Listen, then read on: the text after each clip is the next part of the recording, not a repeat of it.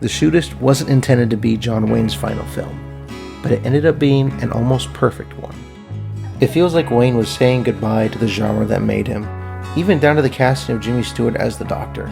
Even though it's basically a cameo, Stewart gives it everything, and the genuine pain in his eyes as he watches Wayne walk away after the first encounter gives this film a sense of the impending end that's about to come.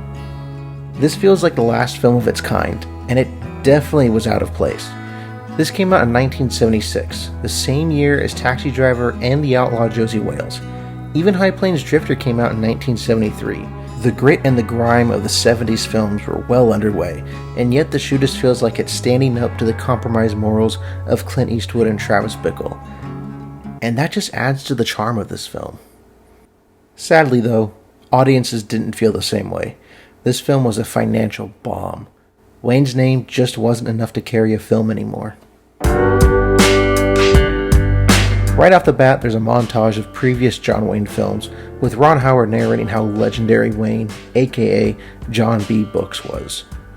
It really feels like a character study of how the John Wayne archetype would handle the end, and it does it surprisingly well.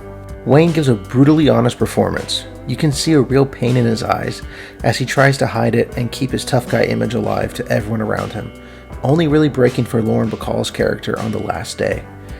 The film takes its time and just lets the audience experience what Wayne goes through.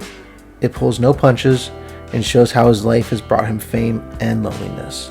There's even a semi-meta aspect to the film, with a reporter trying to write a book on Wayne's character, and when Wayne denies him of an interview, the reporter goes to find an old lover of Wayne's who will give information to him for money. Everything begins to lead Wayne to the realization that he's going to die alone, and people are going to profit off his death like he's a carnival attraction. And it's here he decides to take action and listen to the advice of Jimmy Stewart's doctor. He sets up a shootout in a saloon with past enemies and the new gunfighter everyone says is the best around. It's here we see John Wayne becoming the John Wayne of old, standing up even when the numbers are against him, fighting till there's no fight left in him, and doing it his way. And then it's taken away with a cowardly shot in the back from someone who wasn't even in the gunfight. This almost seems to pay homage to the amazing Gregory Peck film, The Gunfighter, which was originally written for Wayne. And just like that, J.B. Brooks lies dead on the barroom floor, with his friend Jimmy Stewart standing in the doorway, as if to bid the actual John Wayne farewell.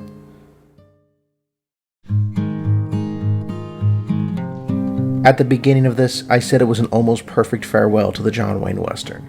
The only thing keeping it from being perfect, in my opinion, was the direction.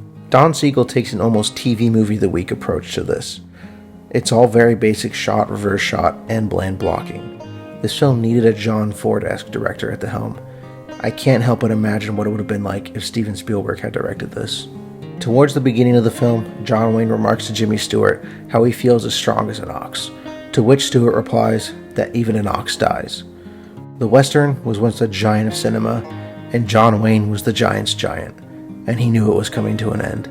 With The Shootist, it feels like he was able to give it his all one last time. Even if the public didn't want it, I believe John Wayne needed it. The tagline for the film is really the best way to conclude this video. He's got to face a gunfight once more, to live up to his legend once more, to win just one more time.